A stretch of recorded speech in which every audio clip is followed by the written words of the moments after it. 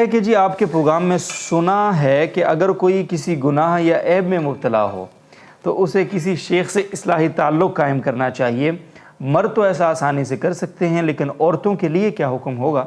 کیونکہ آج کے دور میں عورتوں کو مردوں سے زیادہ اصلاح کی ضرورت ہے۔ جی بسم اعترافی اللہ بیان۔ الرحمن الرحیم نحمدہ و نصلی علی رسولہ الکریم۔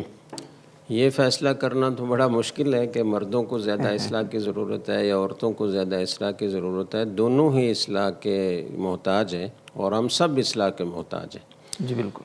اور اصلاحی تعلق قائم کرنا مردوں کی طرح عورتوں کے لیے بھی بہت آسان ہے، کوئی مشکل نہیں ہے۔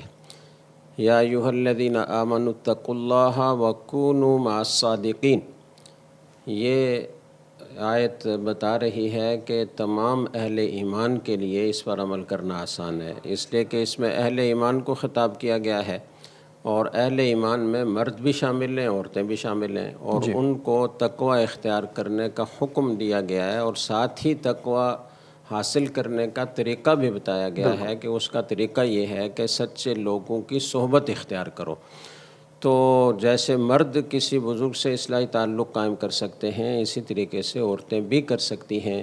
مردوں کا طریقہ تو یہ ہے کہ وہ کسی شیخ کی مجلس میں ان کے سامنے جا کر بیٹھتے ہیں اور براہ راست ان کی گفتگو سنتے ہیں، اور کچھ عرصہ مجلسوں میں شریک ہونے کے بعد اگر مناسبت معلوم ہوتی ہے، فائدہ معلوم ہوتا ہے، تو وہ اصلاحی تعلق کی درخواست کرتے ہیں اور اصلاحی تعلق قائم ہو جاتا ہے۔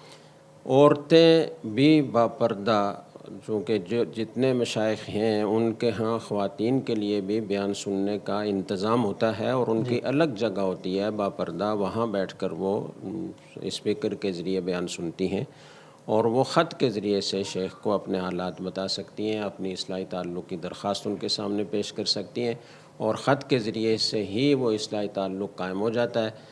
اور پھر جو حالات آپ اپنے لکھتے جائیں گے، شیخ ان کی اصلاح کرتا جائے گا، علاج بتاتا جائے گا۔ اگر اطلاع اور اتباع کا اہتمام ہو تو بہت جلدی اصلاح ہونا شروع ہو جاتی ہے، تو خواتین بھی یہ اصلاحی تعلق آسانی سے قائم کر سکتی ہیں، کوئی مشکل نہیں۔